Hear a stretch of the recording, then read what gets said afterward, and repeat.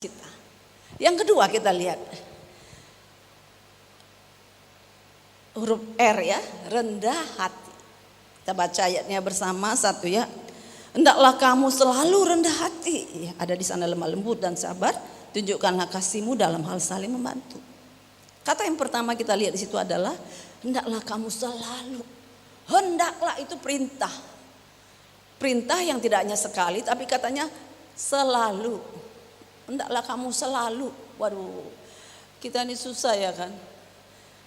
Jadi seringkali kalau ada mentor-mentor gitu marah sama Dek Roni, kamu bergaya-gaya kamu ya. Berfoto kamu gaya, modal pinjaman kok bergaya. Sampai ke negeri mana orang melihat fotomu tapi modal pinjaman kan misalnya. Susah kita untuk melawan harga diri atau muncul di situ apa kita? Merasa kita sudah hebat mungkin. Selalu rendah hati. Rendah hati seperti apa kita lihat? Kita baca bersama satu ya. Tidak sombong ya. Belum nyombong-nyombong. Ya akulah, enggak bilang apalah di kampung kami yang paling, enggak bilang apa ya. Kami yang paling kaya pun kami lah 100 kerbau. Enggak bilang apa sih, enggak apa. Teringatnya aja sih. Tidak sombong, tidak angkuh. Menyadari keterbatasan kemampuan diri. Kita ini belum memiliki semuanya. Kita sadar kita terbatas dalam hal ini. Dalam hal lain mungkin kita hebat. Dalam hal masak pisang goreng kita hebat. Tapi masak cake yang lain ya kan, brownies apalagi Black Forest mungkin kita nggak hebat. Jadi kita menyadari keterbatasan kemampuan diri kita. Tapi ketika kita sudah bisa masak pisang goreng pun jangan kita merendah diri. Kayak mana lah aku cuma bisa masak pisang goreng. Oh banyak orang kaya raya karena menjadi apa? Pisang crispy. Oh dia punya banyak outletnya. Bisa kaya raya juga. Tidak minder dengan hal itu. Tapi juga tidak merasa dia super. Dia paling hebat. Dan orang lain itu semua tidak dalam levelnya. Oh level bawah.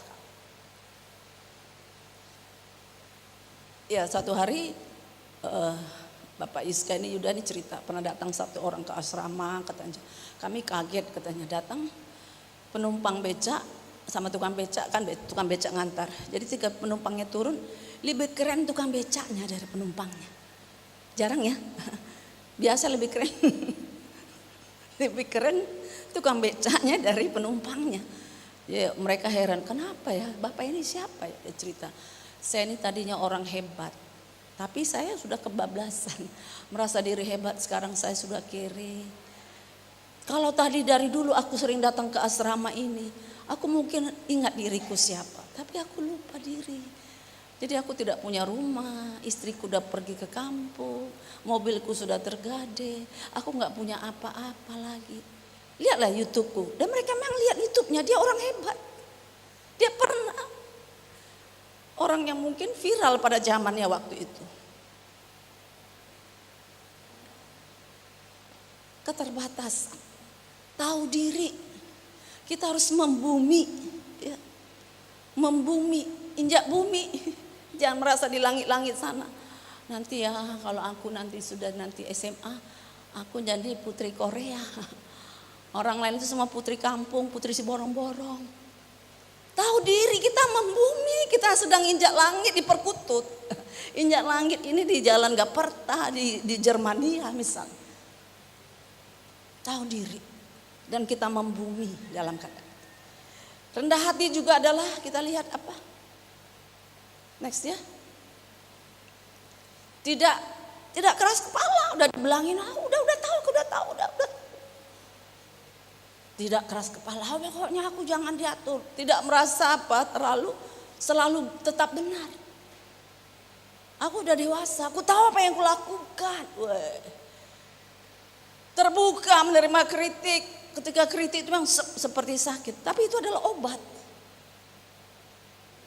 Bapak Ibu yang sudah divaksin kan sakit ya waktu divaksin. Saya sih belum divaksin. Kalau divaksin mungkin sakit waktu divaksin, tapi itu kemudian apa? Bereaksi. Khasiat dari vaksin itu akan bereaksi, sakit, tapi berguna untuk kesehatan, berguna untuk menangkal COVID. Ya kita harapkan seperti itu ya tentunya ya. Kritik itu tidak enak, Tapi itu sesuatu yang perlu, yang Tuhan izinkan terjadi. Orang-orang sekitar kita mengkritik kita. Kita mau diajari, kita mau belajar. Wah, saya udah tahu, saya nggak mau dengar. Tapi nggak masuk. Iya, tapi nggak pernah taruh di hati. Wah, memang gitu aja. Mamaku ini, bapakku ini, guruku, apaku semua harusnya ngomong gitu aja. Tapi kita tidak izinkan itu menempa hidup kita. Kita tak menjadi orang yang sombong dan angkuh.